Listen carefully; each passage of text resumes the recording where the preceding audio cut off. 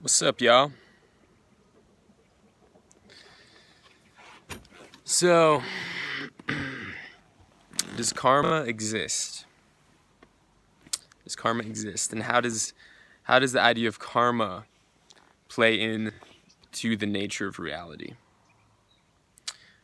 Well, if we can kind of rewind in a sense, if we can look back to what I consider the origin of existence, of reality, if we can do a little thought experiment. I mean, no one really knows exactly how reality came into existence or whatever. Who the fuck knows? But a little thought experiment of a potential scenario of how in the beginning there was just the void, pure potentiality, pure life essence or consciousness, whatever you'd like to call it, pure spirit, intangible, formless potentiality. And this pure consciousness, pure potential, had an inspiration, you could say. It had a desire to move, to expand, to experience, to know itself, right? And so as this desire arose, this impulse, there was a pulsation that kind of occurred within the field, and this reverberated throughout the entire cosmos. And in that moment, a fragment took place. In that moment, the infinite void that was all just unified, all just one, split itself. So in that moment, 2 points of reference, you could say, came into being. So there was the cause, which was that inspiration within that formless void, that pure potentiality, pure consciousness. There was that causation of desire, inspiration, whatever you want to call it, that will to know itself, to grow, to experience, to create experiences and to create existence, right?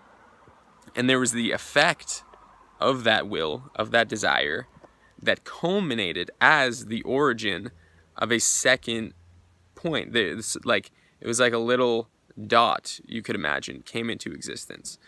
So at that point was the origin of what you could call self and other. At that point was the origin of movement, of distance, of space and time, because without at least 2 points in existence, there can be no movement, there can be no space, there can be no time, because there's no differentiation, there's no context for an experience of that, right? So there has to be at least 2 points. And, as Einstein said, nothing happens until something moves. So until the origin of that movement, that expansion, nothing happened. It was just pure void, pure nothingness, right? So you could say in that moment of causation and the effect which arose as the very first creation, the very first point of reference, that was the origin of karma. Because when you break down karma, what is karma really? It's simply cause and effect. It's simply the fact that for every action, as Isaac Newton said, there's an equal and opposite reaction. So for everything you put out into the world, you get the equivalent back to you. So you put love out into the world, you get love in return. If you put hate out into the world, you get hate. If you put fear out, you get fear in return. It's a feedback loop, right? That's how it works. Like, you get what you give. But, on a deeper level, it's like because the whole is inseparable, everything is interconnected, every little, even unfathomably small movement or shift or happening or thought that is thought affects the whole. So it's like this ricochet, this domino effect, this it reverberates throughout the whole. So whatever you are creating within yourself, whatever thoughts, words, actions, behaviors that you are manifesting and you are partaking in, it's affecting the entirety of it, of the infinite cosmos. Like, you can't even imagine the size of it, and you can't even imagine the implications of every little action that you take. And a lot of people say when they take psychedelics and they have really intense trips, they understand this in a way they never could have possibly comprehended before. They understand how every little choice they made, every single behavior, every thought that they thought and action they took affected the entirety of reality. And people that even say in near-death experiences, they actually see their life as if it's a movie, and they see how their behavior affected everyone else and everything in the universe. So karma is really, your personal karma is you being the cause, and then everything you could say outside of you being the effect. So whatever you are sort of willing into existence through your own free will, and of course we can argue philosophically, is there even really free will? But let's just assume that there is free will, and you have a will of your own, and you can choose the thoughts that you think and the actions that you take, the things that you do, and you, being the one causing that, are having an effect on everything and everyone around you. And that to me is karma. It's really just as simple as cause and effect. And in a sense, you can even look at science as like the study of karma. It's really the study of cause and effect. It's like you come up with a hypothesis, like if I do this, or if this happens, then this will happen in conjunction with that, right? Like if A, then B. That's a hypothesis. You hypothesize about something being true or something happening. And if enough experiments corroborate with that specific hypothesis, if enough experiments show that this is a consistency in reality, you consistently get the same results, then that becomes a theory or a law of the universe, right? Like gravity, for example.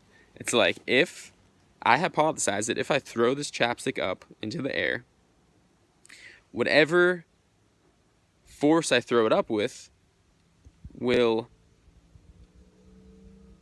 push it until it eventually reaches a point that the force of gravity will counteract it more than the force that's propelling it, and it will bring it back down to the earth.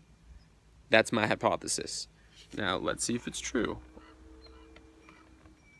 Oh shit. It is true. No fucking way. That's really all it is, right? Science is kind of the study of cause and effect. It's the study of karma, you could say. So science and karma go hand in hand. Karma is not this like airy-fairy spiritual concept. It's very real. It's very tangible. For every action, there's an equal and opposite reaction. That is karma simplified. So how do you use this to your advantage? Well, whatever you want in life, you start to give that. You want love, you give love. You want respect, you give respect. You want abundance, you give abundance. Anything you want, you give that, and it comes back to you. It's like a boomerang, right? It's just reflected back to you. So that's really what it comes down to. Whatever you want reality to be, well, you are at the cause, so you can actually contribute that to reality. You want this world to be a loving, peaceful place. Well, become that. Become that loving, peaceful person.